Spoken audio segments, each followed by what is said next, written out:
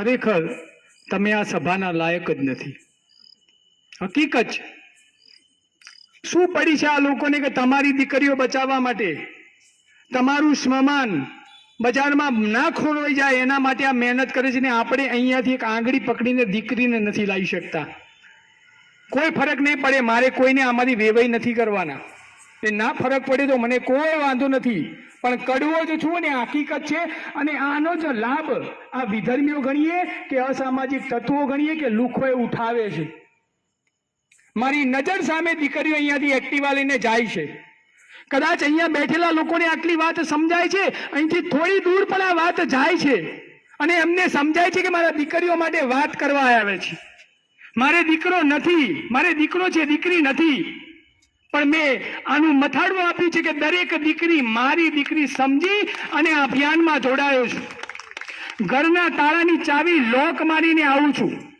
મારું ઘર છેલ્લે વગડામાં છે. છેલ્લે વાઈફનો ફોન આવજો કે 12 વાગે પહેલા આવજો, બીક લાગે છે.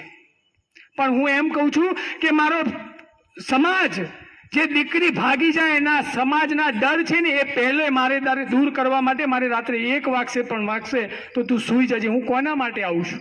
આ બધા કોના માટે આવે છે? શું તમારી નૈતિક જવાબદારી નથી?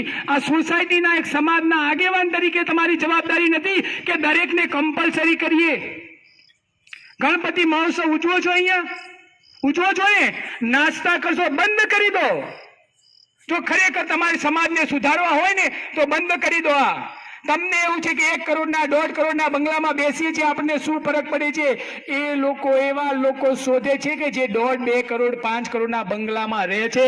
બાકી બતાવો કે દેલા વસાહતમાં રહેતા અને ઝૂંપડપટ્ટીમાં કામ કરતી દીકરીના કોઈ ભાગી ગયા હોય કે પ્રેમ લગ્ન થયા હોય તો એમના ટાર્ગેટ પણ તમારી જેવી સોસાયટીઓ જ છે.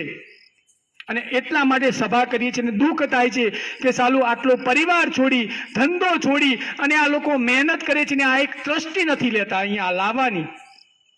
તમને ના કહી દઉં, કદાચ સમય વધે ને તો એકવાર જજો. મહેસાણામાં 34-35 ગેસ્ટ હાઉસ ચાલે છે. એના અહીંયા ગેસ્ટ હાઉસનું બોર્ડ હોય ને ત્યાં 1 કિલોમીટર દૂર ઉભા રહેજો. તમારી દીકરીઓના એક્ટિવાની ડેકીમાં 1 ઝૂંકડી કપડા એક્સ્ટ્રા હોય છે. ના હોય તો કહી દઉં તમને, હું સાક્ષી છું.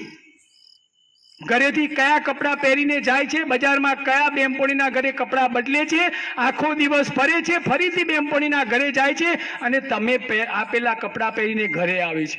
આ હકીકત છે આ સમાજની. આ યાદ રાખજો.